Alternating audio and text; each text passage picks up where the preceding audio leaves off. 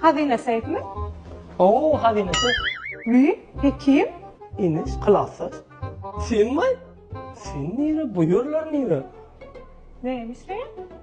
Neymiş lan? Elbette. Hazine sayfın başlığı mı? Geç. Yadıma düşüyor mu? Klasta diyen mi oladın? Üyüşüp. Senden adam olmaz. Sen ikilik şey. Sen en çok partide oturuyor ha. Yadıma düştü mü? Yapmalar sonra. Geç çay çörek kızmaz. Ay yalnızca Kore'den gelim.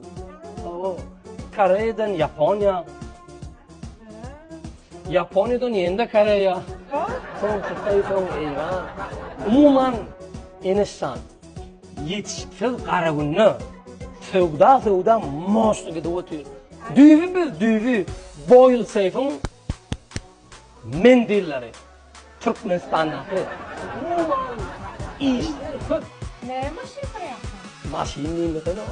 Maşinlar. Bir maşin tutma. Alakası oyunu diyemeyiz. Bir yetiştiler onu da olmasa senin iş yanından bir iş alada bärik bir kömökçü var. Bolýar mı? Hayır var. Yine şans. İki tane hoğulca. Katez Mateson çıkanlar var.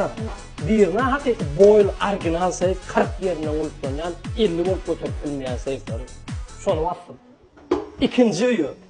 Onu öýdäki bilen o. Diňe men at bıçakkam. Ayır karşıma. Diňe men at bıçakkam açılan sayf aldım. Inne yekizim kılafız.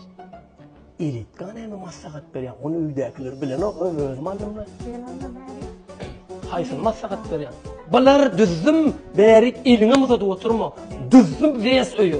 Inne berden bir ilitka saýlasana. Ina pul aparatlarym ondan kılafız içinden näme saýlasan saýlar. Deniz gelin mi? Peki. Beyziliyim de. Hala sen başsın o yanım. Öldüm Feride filan. Öldüm Feride o. Bunu ettim. Hekimle kalarak girdiyse. O menisin. Beyziliyim. Öldüm gelirsin. Sağ ol başlık. Şuna ya.